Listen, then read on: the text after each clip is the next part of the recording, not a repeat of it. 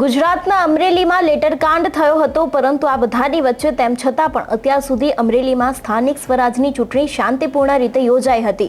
પરંતુ અત્યારે હાલ એક અપડેટ સામે આવી રહી છે કે લાઠીમાં નગરપાલિકાની ચૂંટણી યોજાતાની સાથે જ કોંગ્રેસના જે લાઠીના ઉમેદવાર છે તેમના દ્વારા પણ એક બબાલ કરવામાં આવી છે અને ખાસ કરીને ઈવીએમ મશીન ખોરવાતાની સાથે કોંગ્રેસના ઉમેદવાર છે તેમની પોલીસ સાથે મોટી વાતચીત પણ થઈ હતી અને તેમના દ્વારા શું કહેવામાં આવ્યું હતું તે દરેક વાત કરીશું આજના આ વિડીયોમાં। નમસ્કાર, હું હંસિની અને તમે જોઈ રહ્યા છો નિર્ભય ન્યૂઝ। ગુજરાતમાં 66 નગરપાલિકા અને એક મહાનગરપાલિકાની ચૂંટણી અત્યારે હાલ ચાલી રહી છે। વર્ચસ્વનો જંગ ચાલી રહ્યો છે। આ બધાની વચ્ચે અમરેલીની જે લાઠી પાલિકાની ચૂંટણી છે તેમાં ઈવીએમ સામે કોંગ્રેસના ઉમેદવારે વાંધો ઉઠાવ્યો છે। લાઠી પાલિકા વોર્ડ નંબર 5ની રામેશ્વર શાળા ખાતે ઈવીએમનું બટન દબાતું ન હોવાનો આક્ષેપ કરવામાં આવ્યો છે અને ઈવીએમ સામે શંકા ઉદ્ભવતા મતદાન બંધ કરાવ્યું હતું। અડધી કલાકથી પણ મતદાનની કામગીરી ખોરવાઈ રહી છે। એટલું જ નહીં, મતદાન શરૂ કરવાના અત્યારે હાલ તંત્ર દ્વારા પ્રયાસો કરવામાં આવી રહ્યા છે, પરંતુ તે બાદ મતદાન શરૂ કરાયું હતું। એટલે તેમના દ્વારા એવું કહેવામાં આવી રહ્યું છે કે ઈવીએમનું બટન દબાતું જ નથી, તેવા પણ કોંગ્રેસના જે લાઠીના ઉમેદવાર છે તેમના દ્વારા એવા આક્ષેપો કરવામાં આવ્યા છે। પરંતુ હવે આ બધાની વચ્ચે તેમને સૌથી પહેલા તો લોકોની સાથે, તેની સાથે પોલીસની સાથે વાતચીત કરતા શું કહ્યું હતું તે સાંભળીએ।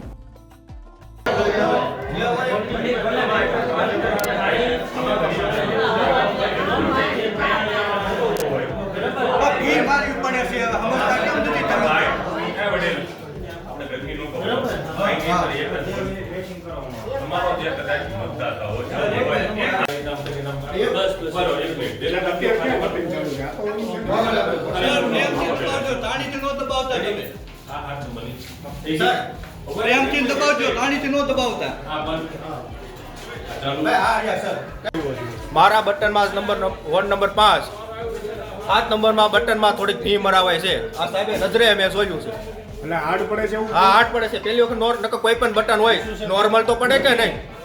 તો શું કહેવાનું છે? કાંઈ ને અત્યારે મતદાન રોકી દીધું છે, હવે એના સર આવે છે જોઈ લેવું છે। એટલું બધું તો શું છે કે હાર્ડ પડે, મશીન ઉપરથી ચેક કરીને તો આવતા હોય ને, એમ નામ તો કોઈ છે નહીં કે ડાયરેક્ટ વી આવે। બધું આ પ્રોટોકોલમાં આવતી બધું જોઈને જોતા જ હોય। હવે મારા જેમ વખતની વાત નથી હું વાત કરતો, હું જે કહું છું હું આવ્યો ભાઈ સાંભળો, તમે ભાઈની વાત નહીં। 10 વખત સ્વિચ દબાવી, 10 વખત દેખાડી તમે સર અરે ભાઈ એ મને ઇલેક્ટ્રિકની વસ્તુ સાંભળો। 1 મિનિટ તમે મને વાત કરવા દેવો ને એટલે ભૈયા અત્યારે નોર્મલ છે ને ઓલા ભાઈ હતા નોર્મલ છે ને ચાલુ કરો। જે પ્રમાણે વાત કરવામાં આવે અમરેલીની, તો અમરેલીમાં અત્યારે હાલ ભારતીય જનતા પાર્ટીના ધારાસભ્ય કૌશિક વેકરિયા છે તેમનો એક લેટરકાંડ સામે આવ્યો હતો ને તે બાદ અમરેલીની 4 ચર્ચિત નગરપાલિકામાં લાઠી પણ આવી ગઈ, જાફરાબાદ પણ આવી ગયા, તે બાદ રાજુલા પણ આવી ગયા, ચલાલા પણ આવી ગયા। આ દરેક નગરપાલિકામાં કંઈક ની કંઈક ઊંચા નીચે થવાની આશંકાઓ હતી ને આ બધાની વચ્ચે લાઠી નગરપાલિકાની જે આ શાળા છે તેમાં કોંગ્રેસના ઉમેદવાર દ્વારા એક મોટો આક્ષેપ કરવામાં આવ્યો છે અને સાફપણે કહેવામાં આવી રહ્યું છે કે ઈવીએમ મશીનમાં બટન દબાતું નથી અને તેની સાથે તેમને મતદાન બંધ કરાવ્યું હતું ને તે બાદ તંત્ર દ્વારા પ્રયાસ હાથ ધરવામાં આવ્યા હતા કે મતદાનને ફરી એક વખત શરૂ કરાવવામાં આવે અને તે બાદ ફરી એક વખત મતદાન શરૂ થયું હતું। જો સમગ્ર અત્યાર સુધીની બબાલ વિશેની વાત કરવામાં આવે તો ગુજરાત સ્થાનિક સ્વરાજની ચૂંટણી વચ્ચે અનેક એવી જગ્યાઓ છે જે જગ્યા ઉપર બબાલ કરવામાં આવી હતી। સૌથી પહેલા તો જેતપુરમાં પણ જે રાદડિયાનો ગઢ ગણાય છે તેમાં પણ મોટી બબાલ જોવા મળી હતી ને તે બાદ કુતિયાણામાં પણ કંઈક એવો જ માહોલ સર્જાયો હતો અને અંતે રાજુ કરપડાએ થાન નગરપાલિકા ખાતે પણ બબાલ કરી હતી ને હવે જે અત્યાર સુધી અમરેલી લેટરકાંડનો મુદ્દો ચાલતો આવ્યો છે તેવી લાઠી નગરપાલિકામાં પણ બબાલના દ્રશ્યો સર્જાયા હતા અને કોંગ્રેસ લાઠીના જે ઉમેદવાર છે તેમના દ્વારા મોટો આક્ષેપ કરવામાં આવ્યો છે કે ઈવીએમનું બટન દબાતું નથી અને એવા જ આક્ષેપોની સાથે તેમણે મતદાન બંધ કરાવ્યું હતું। જો કે તે બાદ થોડા સમય પછી મતદાનને શરૂ પણ કરાવવામાં આવ્યું હતું। તંત્ર દ્વારા અનેક એવા પ્રયાસો હાથ ધરવામાં આવ્યા છે। આ બધાની વચ્ચે જો પોલીસની વાત કરવામાં આવે તો અનેક એવા સંવેદનશીલ વિસ્તારો છે જેમાં પોલીસનો પણ ચુસ્ત બંદોબસ્ત દેખાઈ રહ્યો છે।